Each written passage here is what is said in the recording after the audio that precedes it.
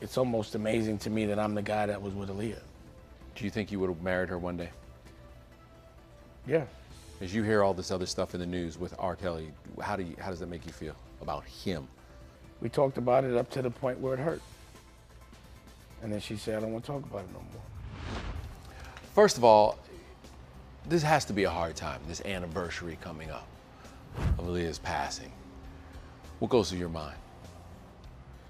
Well, it's amazing that it's been so long, but it still feels like yesterday.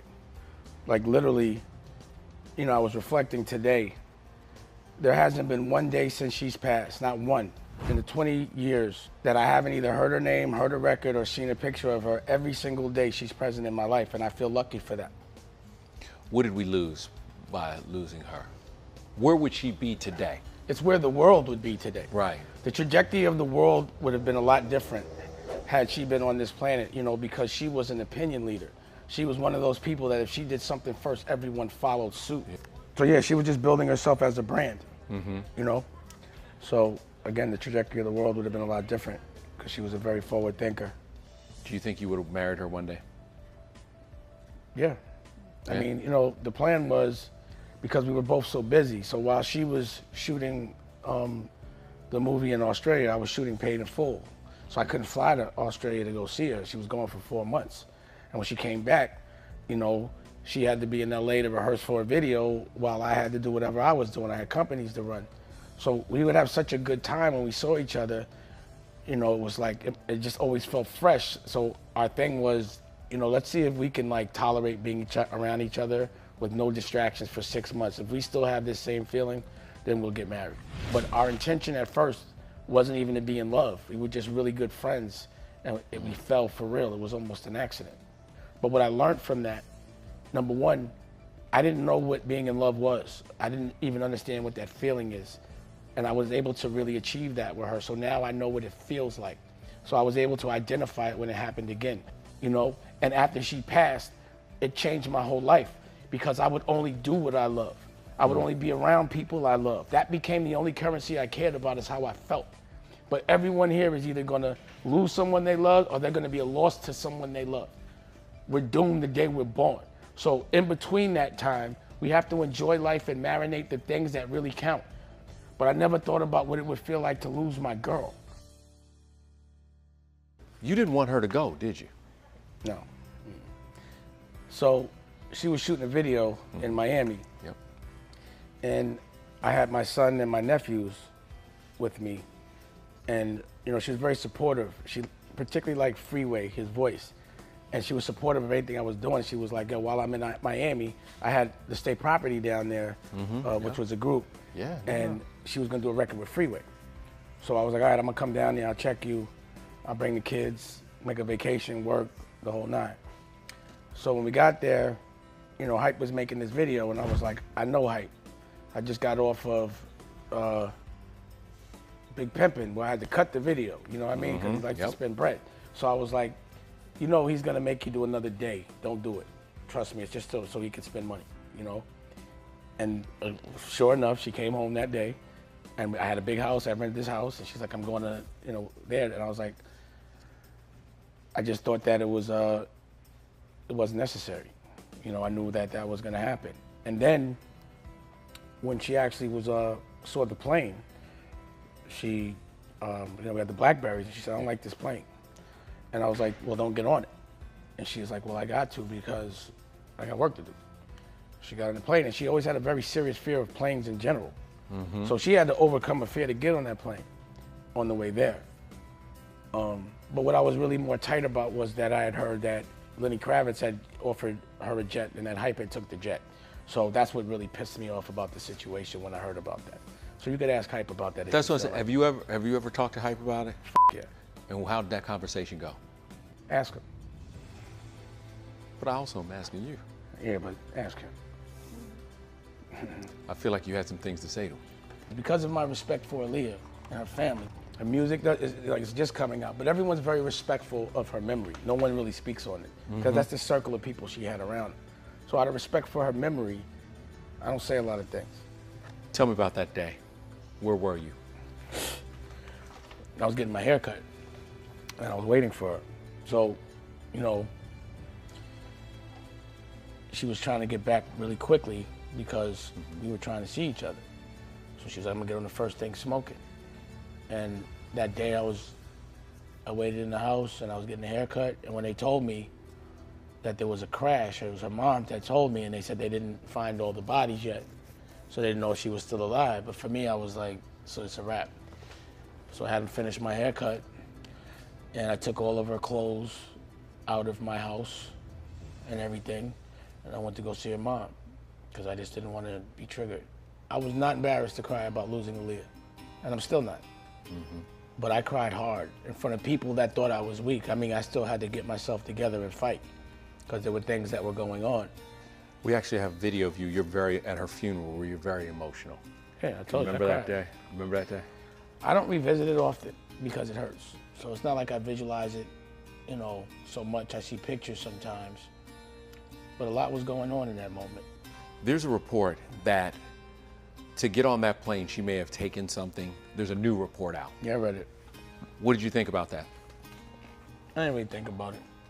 You know, it's like, what am I gonna do? What difference does it make at this point?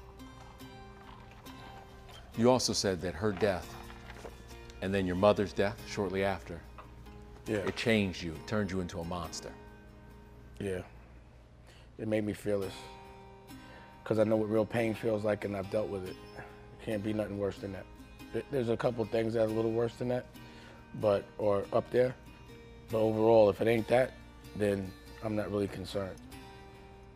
And you know, death can't be so bad because you're gonna be with the people you love, so it makes you not fear it. So there's no fear. It made me fearless. You know what I mean? Like, I'm not scared of anything. You talked about the music coming out now, finally. It took a minute, and the estate wasn't happy about this. Does the estate want that music out?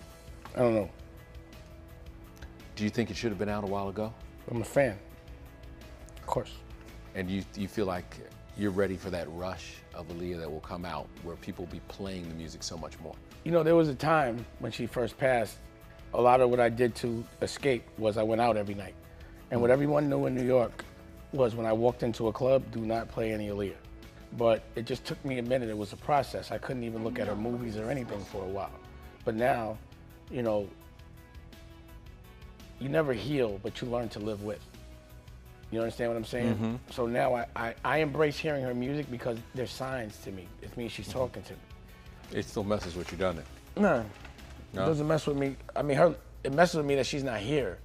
But I have no regrets about the way I, you know, approach things because that's the way you're supposed to approach things. I did what I was supposed to do. I could have never known anything like that would have happened. Yeah. In hindsight, had I known that, then yes, I would have actually broke boundaries and definitely did things to make sure she was safe. But I could have never imagined that type of could have happened. You know what I'm saying? Yeah. But she was the coolest. The only person I know as cool as her is Rocky and my daughters. But she was definitely different. And she didn't want to deal with the bullshit. Like the things that had happened in the past, she told me leave it alone. I was going to ask you about that because I figured you would. It's back in the news again. You said that after hearing some of the stuff about R. Kelly, you would need therapy. What did you mean by that? When you hear about things and you can't do anything about it, you have to internalize. So I have to figure out how to release it so it doesn't turn into cancer in my body. That's what I meant. Now that we have been told things, that they were indeed married, that he feared. I knew all that. Did y'all ever talk about it? Lightly. We talked about it up to the point where it hurt. And then she said, I don't want to talk about it no more. Leave it alone. And when she would, I kind of didn't want to know because I would have to respect her wish no matter what. And her wish was, leave it alone, let me heal, let me rest, I'm in love, let's just enjoy this. She had moved past it. Yeah, 100%. And I had helped her. As you hear all this other stuff in the news with R. Kelly, how does that make you feel about him? I don't want to say. I think there were all things, for all of us, that there were things that kind of surprised and shocked us, and we were kind of like, I was just shocked at how long he got away with it. And how many people turned and looked the other way. How many people were still, you know, involved with him in any kind of way, knowing all those things. What's your one memory of Aaliyah? What's the memory when you think of her? What is the memory that you think of? A moment, a conversation, a trip?